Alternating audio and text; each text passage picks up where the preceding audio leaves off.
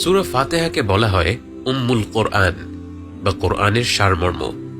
প্রতিদিন 5 ওয়াক্ত নামাজে অন্তত 17 বার একজন মুসলিমকে এই সূরাটি পড়তে হয়। এই সূরাটি আল্লাহর কাছে এতটাই প্রিয় যে তিনি এটাকে তার বান্দাদের উপর ফরজ করে দিয়েছেন। প্রতিটি মুসলিম ব্যক্তির আর কিছু জানা থাকুক আর না থাকুক, সূরা ফাতিহা অন্তত মুখস্থ থাকে, কারণ রাসূল সাল্লাল্লাহু আলাইহি ওয়াসাল্লাম বলেছেন, সূরা ফাতিহা ছাড়া নামাজ হয় না। অতএব আমাদের জীবনে সূরা ফাতিহার গুরুত্বের ব্যাপারে কোনো প্রশ্ন থাকতে পারে না। কিন্তু আমাদের মুসলিম সমাজের একটি ব্যাপক সংখ্যক মানুষের কাছে এই সূরাটি কেবলমাত্র উচ্চারিত কিছু শব্দ। অর্থের দিক থেকে এই সূরার গভীরতা এবং আমাদের জীবনে এর তাৎপর্য সম্পর্কে জানার এবং ভাবার সুযোগ কম মানুষেরই হয়ে থাকে। এই ভিডিও সিরিজে আমরা একে একে এই সূরার চমৎকার বৈশিষ্ট্যগুলো ঘেঁটে দেখব এবং এর সূক্ষ্ম অর্থগুলো বের করে আনার চেষ্টা করব। প্রথমে এই সূরাটির একটি সহজ অনুবাদ দেখে নেই। আউযু বিল্লাহি মিনাশ শাইতানির রাজীম। বিসমিল্লাহির রহমানির রহিম। আলহামদুলিল্লাহি রাব্বিল আলামিন। আর রহমানির রহিম। মালিকি ইয়াউমিদ্দিন। إياك نعبد وإياك نستعين. اهدنا الصراط المستقيم. صراط الذين أنعمت عليهم غير المغضوب عليهم ولا الضالين.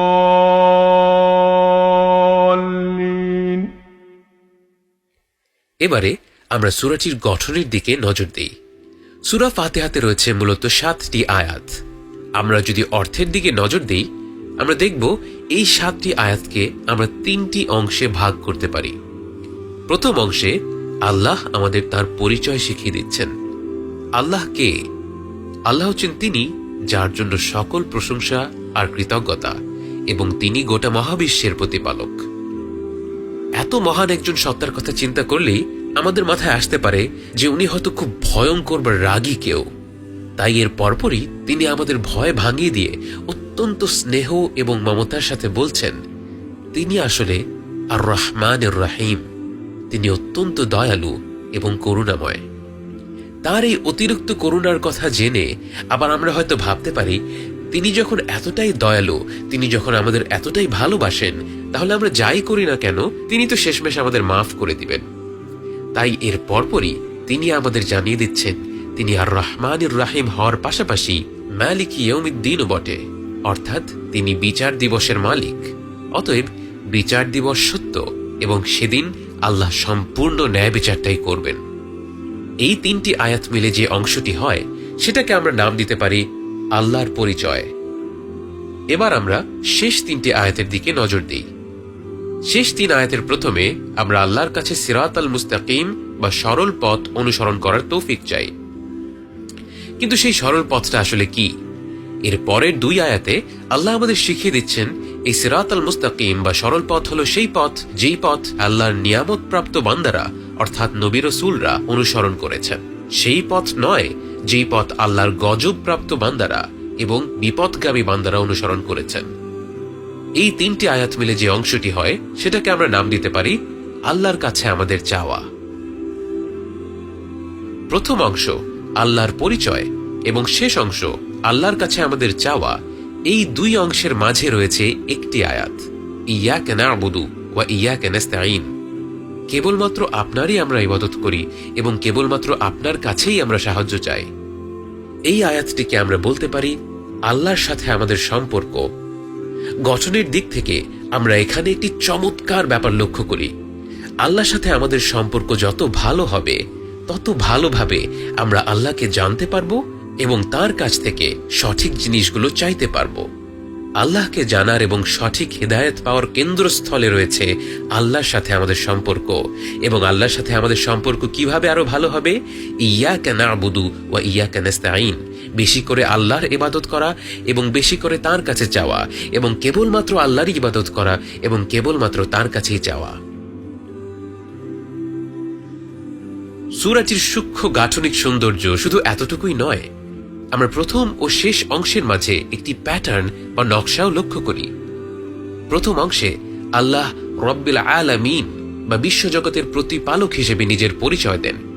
এর পরের 2 আয়াতে তিনি রব্বিল আলামিনের ব্যাখ্যা করেন। রব্বিল আলামিন হচ্ছেন আর রহমানির রহিম এবং তিনি একই সাথে মালিক ইয়াউমিদ্দিন। ঠিক একইভাবে আমরা লক্ষ্য করব সূরাটির শেষ অংশেও প্রথম আয়াতে আমরা আল্লাহর কাছ থেকে সিরাতাল মুস্তাকিম চাই সেই কথাটি উল্লেখ করা আছে, কিন্তু সিরাতাল মুস্তাকিম কি সেটার ব্যাখ্যা আসছে তার পরের 2 আয়াতে। প্রথমত, সিরাতাল মুস্তাকিম হচ্ছে নিয়ামতপ্রাপ্ত ব্যক্তিদের পথ, এবং দ্বিতীয়ত সিরাতাল মুস্তাকিম কি নয়, অর্থাৎ এটা হচ্ছে গজব প্রাপ্ত ব্যক্তিদের পথ নয় এবং তাল্লিন বা বিপথগামীদের পথ নয়।